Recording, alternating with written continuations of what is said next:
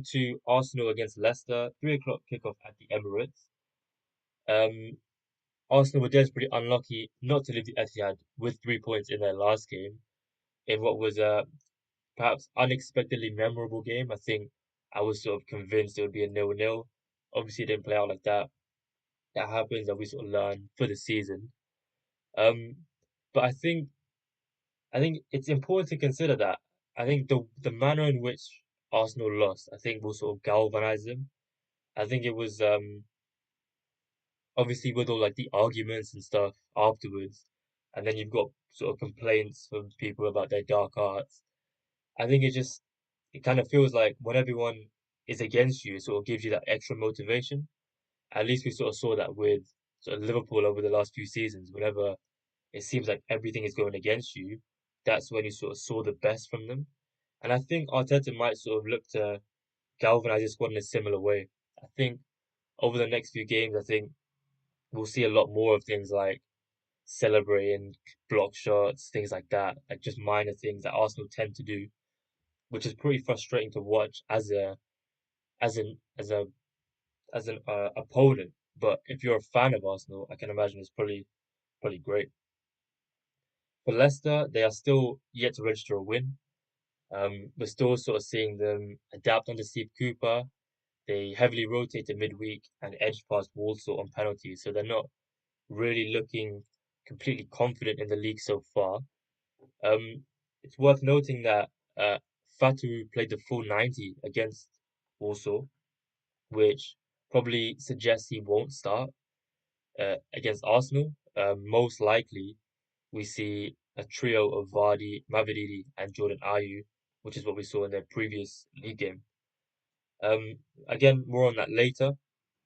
For Arsenal, they've got an interesting injury report. So yesterday they had quite a lot of players listed on it.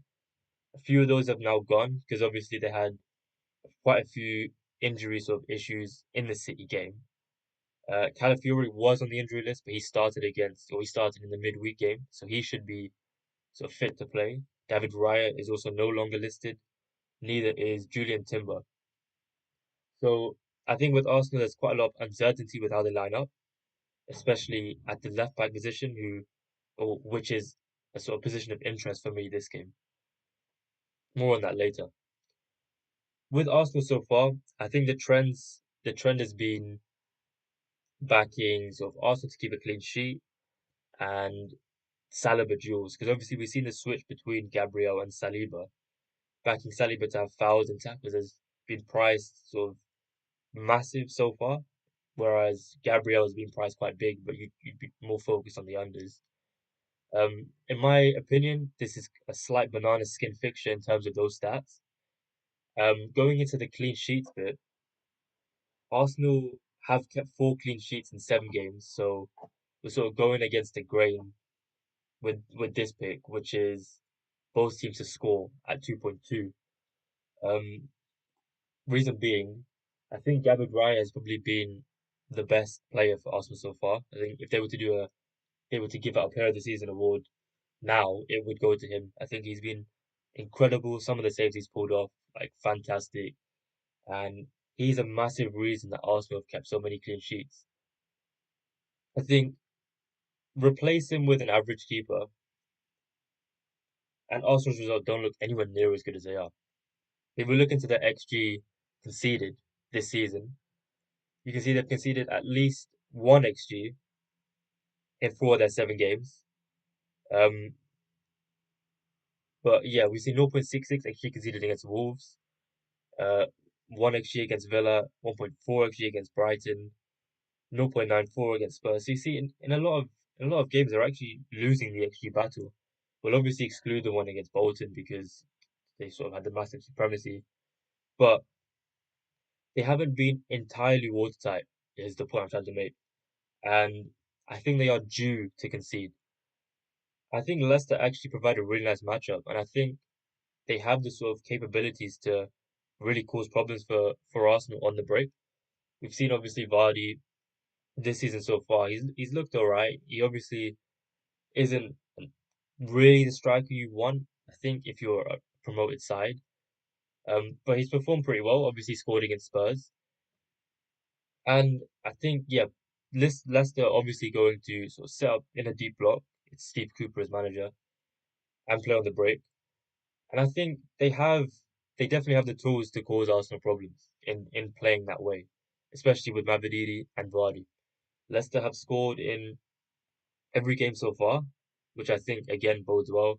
And Arsenal are just due to concede. 2.2, both teams to score, I think looks a bit inflated. I wouldn't expect that to be odds against, so I really like that. Really like that price as the first one. If we sort of circle back and go to what Leicester's predicted lineup will be, it will likely be Mavididi on the left, Vardy up front, and Jordan Ayew as a right winger. Um, I think that's the trio that started against against Everton, and they got a point from that game. None of them started against Walsall midweek, so you would logically expect that to be the trio. Um, and I think with that, if we sort of allude back to Saliba Jules, going back to going back to Vardy, he's a player who will play on the shoulder. He'll look to get in behind. He's not a player who sort of holds up the ball. And I think because of that, it doesn't really make sense to back Saliba to be in Jules. I don't think it's the right sort of scenario. I think we'll see a lot of runs in behind from Vardy, so a lot of chasing. So a potential alternative could be Vardy offside, which has landed in 3 out of 5 league games this season, including 3 offsides against Fulham. He's priced at 2.25 to register an offside, which is probably around a fair price, I would say.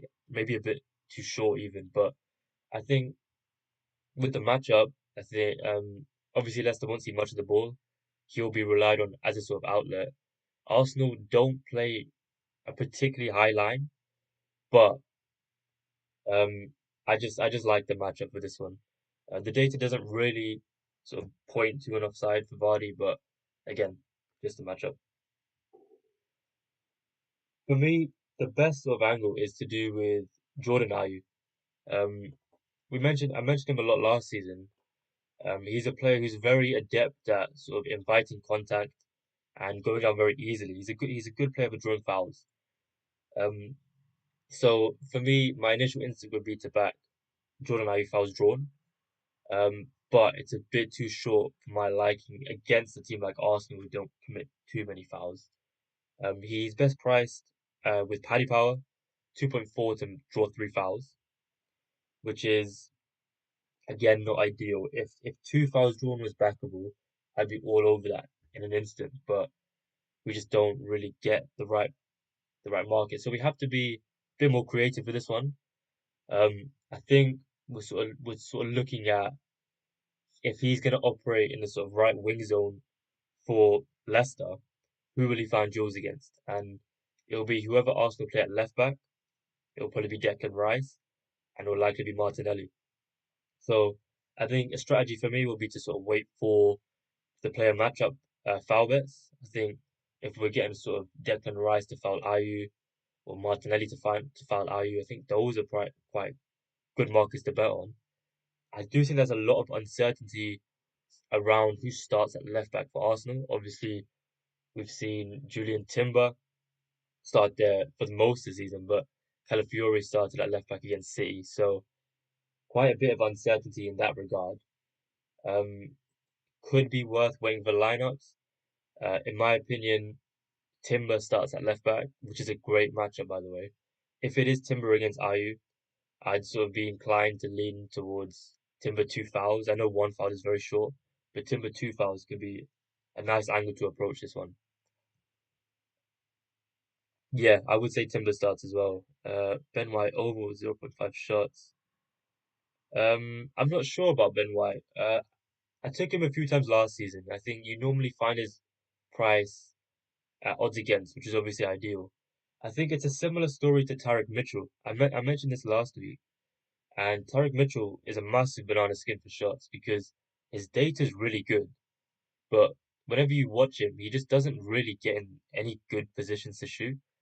And I think a lot of his sort of shots are arising from sort of just the randomness. Obviously that is normal in football, so you want to target a player as close to goal as possible for shots. in a similar vein to Ben White, he stays very wide. He doesn't really break into the box as much. He doesn't invert. That's sort of what Saka does. So he very rarely gets into the box in open play. I think there should be enough opportunities for him to shoot from things like corners or just because Leicester are going to sit deep, he'll have sort of opportunity to get into the box at times. But I think in most scenarios, he won't really position himself in a good place to shoot. Um, so I'd be wary. I think you'd only really want to back him if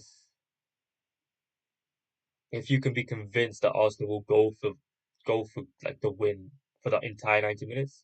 What I mean by that is if it's 2-0 Arsenal after 20 minutes, your bet's likely finished in the sense that it'll just sort of the game will just sort of die out, be quite low energy. Whereas I think last season where I found a bit of success was against Porto when Arsenal were down on aggregate. They were sort of chasing the game for the entire 90. In that scenario, it's probably a better position to sort of back centre backs and defenders for shots, just because you have that desperation factor.